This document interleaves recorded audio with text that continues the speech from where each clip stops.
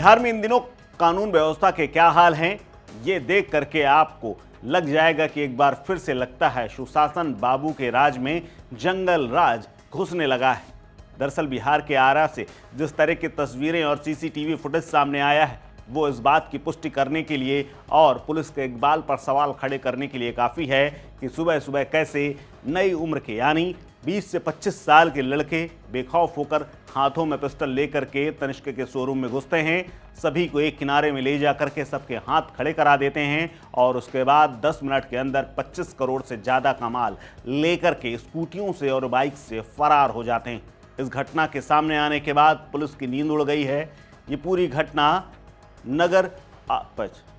घटना आरा शहर के गोपाली चौक में स्थित तनिष्क शोरूम में हुई, जहां सुबह करीब 10 साढ़े 10 बजे के आसपास जैसे ही शोरूम खुला, बदमाशों ने वहां पर रेकी की और उसके बाद शोरूम के अंदर कर्मचारियों के घुसते ही लूट की घटना को अंजाम दे दिया।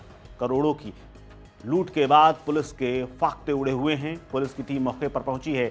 सीसीटीवी फुटेज के बाद तमाम आरोपियों के चेहरों को पहचानने की कोशिश कर रही है, लेकिन 25 करोड़ रुपए से ज़्यादा की हुई इस लूट की वारदात ने पुलिस के इकबाल पर सवाल खड़े कर दिए।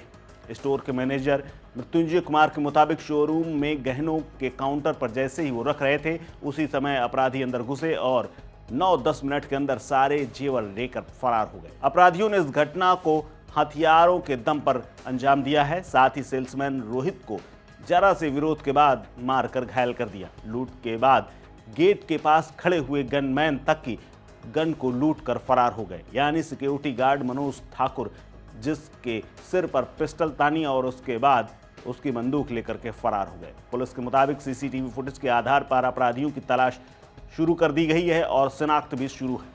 पुलिस ने इस पूरी घटना के बाद मामला दर्ज कर लिया है। इस डकैती के बाद एसपी ने बताया है कि अपराधियों की गिरफ्तारी के लिए सदर एएसपी परिचय कुमार के नेतृत्व में एसआईटी का गठन किया गया है और उसके बाद आसपास के जिलों में भी पुलिस को अलर्ट किया गया है। हालांकि कुछ ही घंटों के अंदर ही इस घटना से जुड़े हुए बदमाशों का एनकाउंटर किया गया। छपरा की ओर भाग रहे 2 बदमाशों को गोली लगी है, जिन्हें अस्पताल में भर्ती कराया गया है और उनकी हालत नाजुक बनी हुई।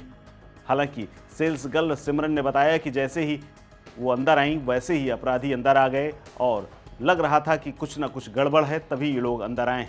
जैसे ही उन्होंने छिपकर 112 डायल किया, लेकिन एक बार तो कॉल रिसीव भी हुआ, लेकिन बताया कि पुलिस की गाड़ी आ रही है, लेकिन आधे घंटे तक कोई पुलिस नहीं पहुंची। सिमरन ने बताया कि उन्होंने करीब 25 से 30 बार कॉल किया, लेकिन किसी ने कॉल का जवाब तक नहीं दिया। लुटेरे लूट पाट करके आराम से निकलकर फरार हो गए। घटना सुबह सुबह हुई और 10:15 बजे के आसपास ही, यानी 10:30 बजे तक 5-6 बदमाश अंदर घुसे और पूरे शोरूम को खाली करके फरार हो गए। दरअसल उस समय सुबह सुबह के वक्त तमाम लॉकरों को खोल करके कर्मचारी बाहर गहने निकाल कर रखते हैं और ग्राहक तब तक पहुंचते भी नहीं।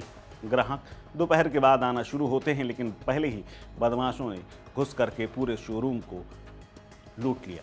हालांकि अपराधियों ने इस पूरी वारदात को 10 मिनट के अंदर लूटपाट करके खत्म कर दिया और उसके बाद किसी को भनक लगे उससे पहले स्कूटी और बाइक में बैठ करके फरार हो गए। घटना के बाद जब अपराधी डोरीगंज के रास्ते छपरा की ओर भाग रहे थे, तभी भोजपुर पुलिस से उनका आमना सामना हो गया। बड़हरा थाना की पुलिस ने बाबूरा छोटी पुल के पास अपराधियों को रोकने की कोशिश की, लेकिन 3 बाइक पर सवार 6 अपराधियों ने पुलिस पर फायरिंग शुरू कर दी। जवाबी कार्रवाई में 2 को गोली लगी है और दोनों को पकड़ लिया गया है, बाकी फरार हो गए हैं। इनकी पहचान सारण जिले के दिखवारा के विशाल गुप्ता और सोनार के सेमरा गांव के रहने वाले प्रदीप कुमार के रूप में हुई। अब पुलिस इनसे पूछताछ कर रही है और बाकी अपराधियों के बारे में नाम पता पूछ करके उनकी भी गिरफ्तारी की प्रयास शुरू कर दिए हैं। इस खबर में फिलहाल इतना ही। अपडेट्स के लिए बने रहिए वन इंडिया हिंदी के साथ। नमस्कार।